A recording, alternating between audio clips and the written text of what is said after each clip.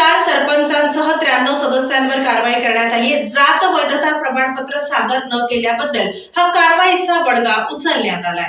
तुळजापूर तालुक्यातील ग्रामपंचायत सार्वत्रिक निवडणुकीमध्ये राखीव जागांवर निवडून आलेल्या 97 सदस्यांनी निवडणुकीमध्ये जात वैधता प्रमाणपत्र विहित कालावधीत सादर केले नसल्याने 4 गावच्या सरपंचांसह 93 ग्रामपंचायत सदस्यांना जिल्हाधिकारी कीर्ती किरण पुजार यांनी अपात्र घोषित केले असून यामुळे तुळजापूर तालुक्यातील राजकीय क्षेत्रात खळबळ उडाली आहे। ग्रामपंचायत निवडणुकीत राखीव जागांवर निवडणूक लढवून निवडून आलेल्या ग्रामपंचायत सदस्यांना जातवैधता प्रमाणपत्र सादर करण्यासाठी 1 वर्षाचा कालावधी देण्यात आलेला असतो।